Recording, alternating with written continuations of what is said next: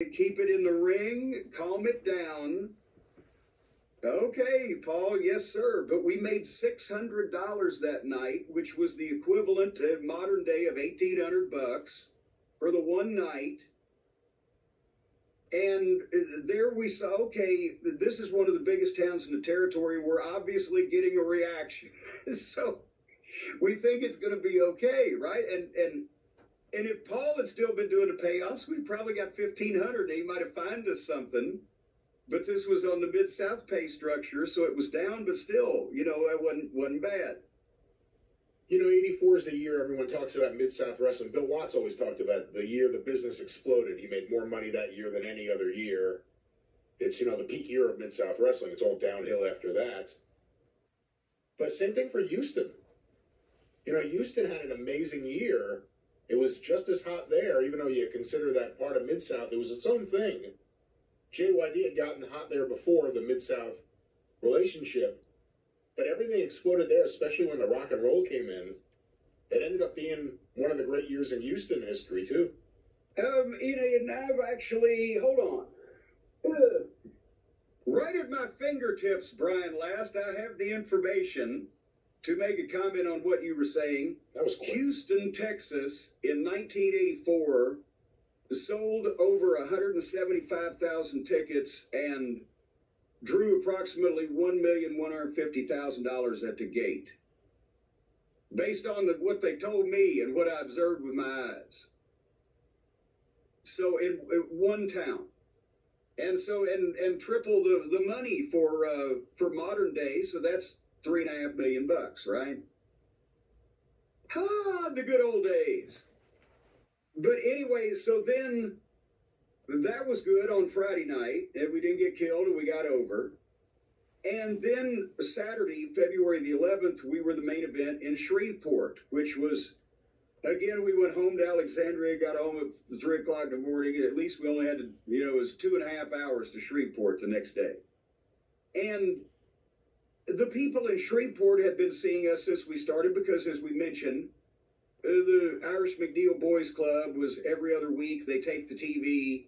Every other week was the Shreveport Municipal Auditorium, the old building that Elvis had been on that stage.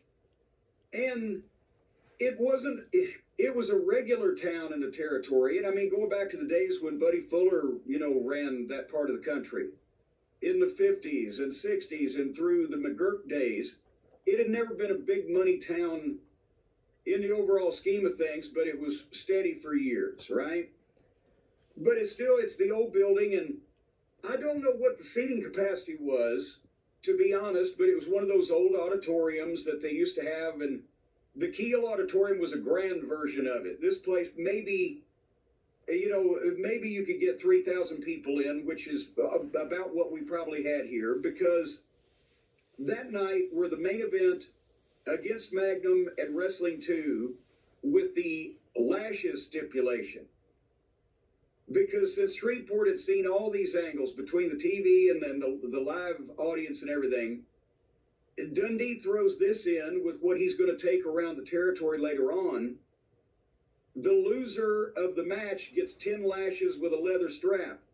And if they win, I'm included, right? So basically the promos are built around, we're going to, the heels, we're saying we're going to whip you like the dogs you are, but the baby faces are saying, we're going to give Cornette his lashes too. And that now the people have seen me do all this shit. They want to, nobody has touched me. The Midnight Express have not done a job. So, that's what they want to see. The house was $22,000. That doesn't sound that impressive, except it was the record house that they had ever done in that building by almost $5,000.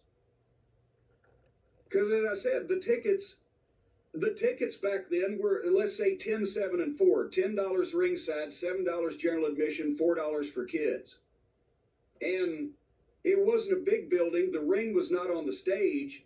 It was on the floor in front of the stage and did have some ringside. So, was there 400 ringside seats? I don't think so. So you probably got a $7.50 ticket average, which meant they put 3,000 people in this building.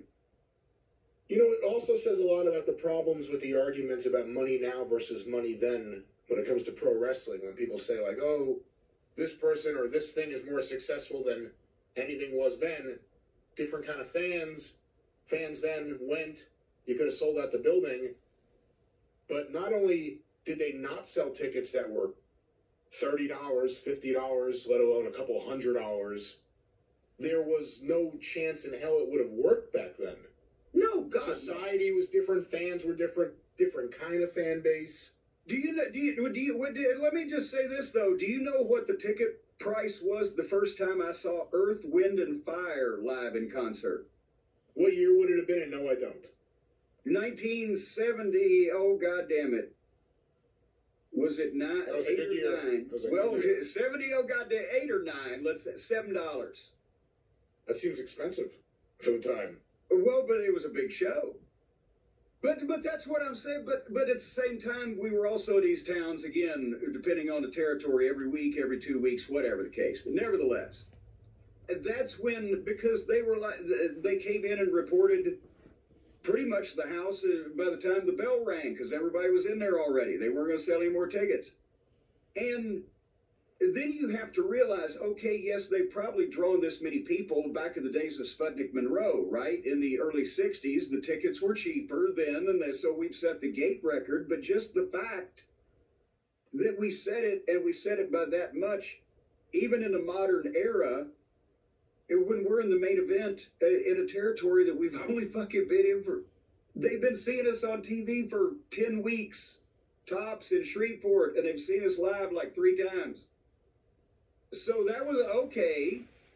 Yeah, this is gonna fucking be fine.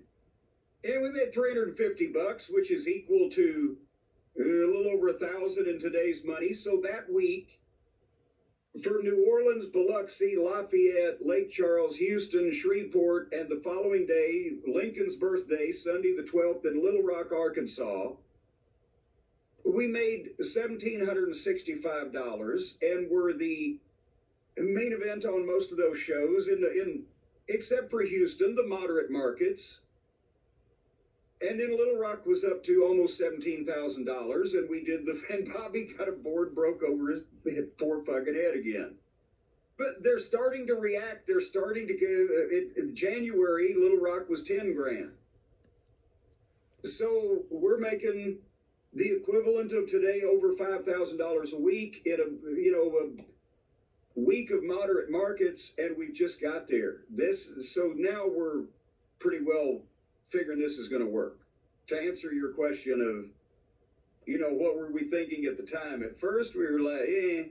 But then once we saw the response to this, it was almost like, shit.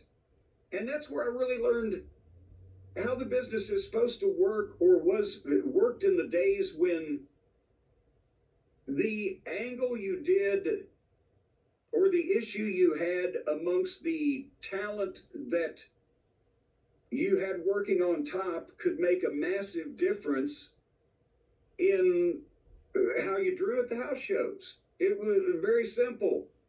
If you get the talent over and then you give them an issue that they can fucking have a conflict over, people want to come see this shit. If the talent's good and the booking's good, that's the fucking formula. And I've never seen it fail. If it fails, it's because one or the other ain't working. But anyway, you can look at this on YouTube apparently now in an unofficial way, as we follow along the year of 1984, because we're about, a month away from the last Stampede angle and about 6 weeks away from setting every record in the goddamn territory. All right, 6 weeks away, as you said. 6 weeks away from setting those records, and we'll be here for those 6 weeks. Well, God